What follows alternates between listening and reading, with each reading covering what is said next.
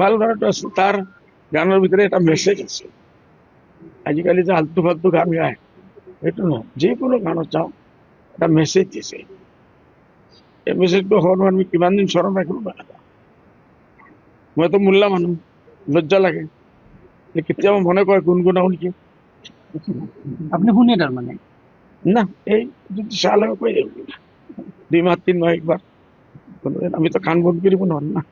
মানুহে ঘৰে ঘৰে জুবিন গাৰ্গ গান গাই আছে, সিসকলে আলতু ফালতু কথাৰ উপৰে ডান্স কৰে, আমি এটা নকৰো।